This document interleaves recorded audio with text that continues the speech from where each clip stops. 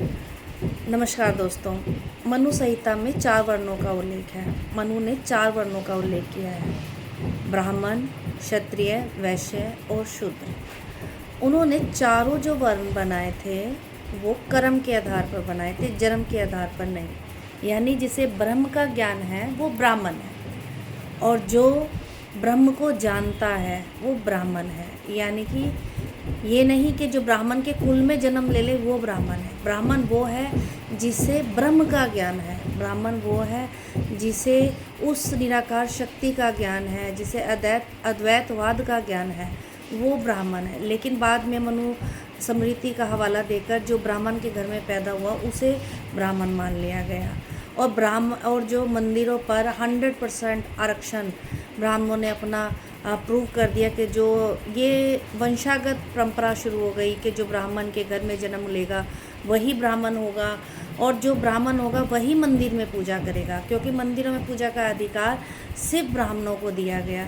सिर्फ ब्राह्मण ही मंदिर में पूजा करवाते थे, और जिनके द्वारा पूजा कराई जाती थी या तो वो क्षत्रिय जाति के होते थे और या वैश्य जाति के होते थे।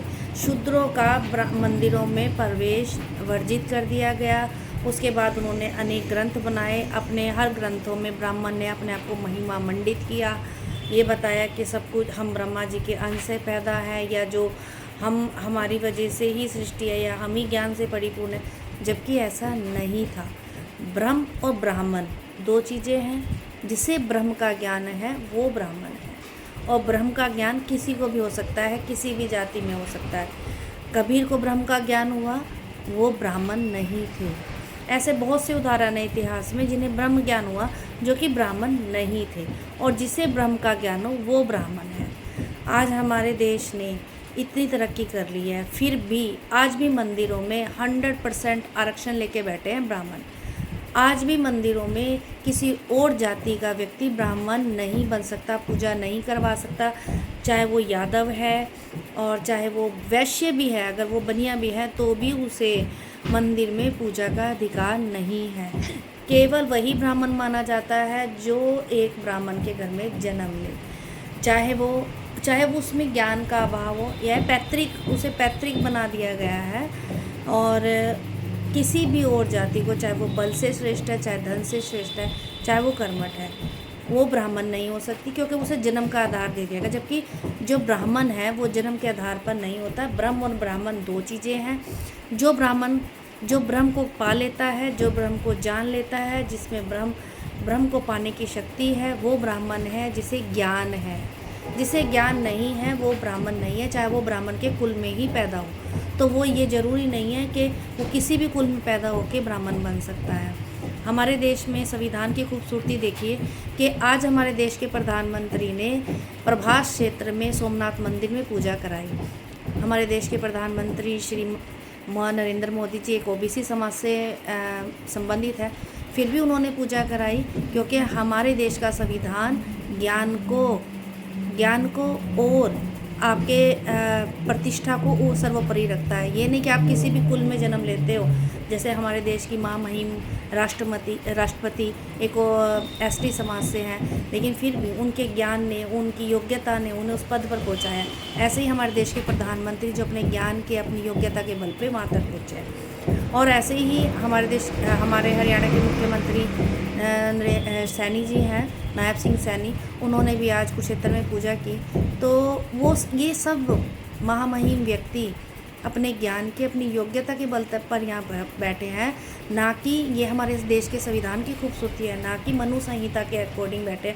मनु संहिता में सही वर्णन था जिसको हमने तोड़ मरोड़ कर, कुछ विशेष वर्ग के लोगों ने तोड़ मरोड़ कर अपने फ़ायदे के लिए, क्योंकि ताकि वो चाहते थे कि हमारी मोनोपोली रहे, उन्होंने उस चीज़ को तोड़ मरोड़ कर पेश किया। मनु संहिता में ये कहा गया था कि जिसको ब्रह्म का ज्ञान है वो ब्राह्मण है, ना कि ये कहा गया है कि जो ब्राह्मण के कुल में जन्म ले वो ब्राह्मण है। ब्राह्मण के कुल में पैदा होने के बाद भी कोई ब्राह्मण भी हो सकता है, और कोई दुष्ट भी हो सकता है, और कोई शूद्र के घर जन्म लेके भी ब्राह्मण जैसे गुण पा सकता है। तो ऐसा नहीं है। ब्राह्मण बनने के लिए कर्म करने पड़ते हैं, ब्राह्मण और पूजनीय होने के लिए। और ये हमारे देश के संविधान की खूबसूरती है कि यहाँ पे योग्यता के हिसाब से सबको अवसर मिलते हैं, योग्यता के हिसाब से सबको पद मिलते हैं। हमारे देश में संविधान का राज है और हमारे देश में सबसे बड़ी बात है कि हमारे देश में आज देश का प्रधानमंत्री एक साधारण परिवार से संबंध रखने वाला है। ये हमारे देश के संविधान की खूबसूरती है। और जब हम ब्रह्म को जान जाते हैं ना, और जब हम ब्रह्मा को जान जाते हैं, शिव को जान जाते हैं, विष्णु को जान जाते हैं, तब हम समझ जाते हैं कि इस पे एक व्यक्ति का अधिकार नहीं है, सिर्फ ब्रह्मा जी पे या विष्णु पे या ब्रह्म पे सिर्फ ब्राह्मणों का अधिकार नहीं है। हम सबको उनके बारे में जानने का अधिकार है, हम सबको मंदिर में जाने का अधिकार है। हम में से कोई भी पूजा करवा सकता है, कोई भी पुजारी बन सकता है। सिर्फ एक विशेष वर्ग का व्यक्ति ही 100% आरक्षण लेके मंदिर में नहीं बैठा होना चाहिए।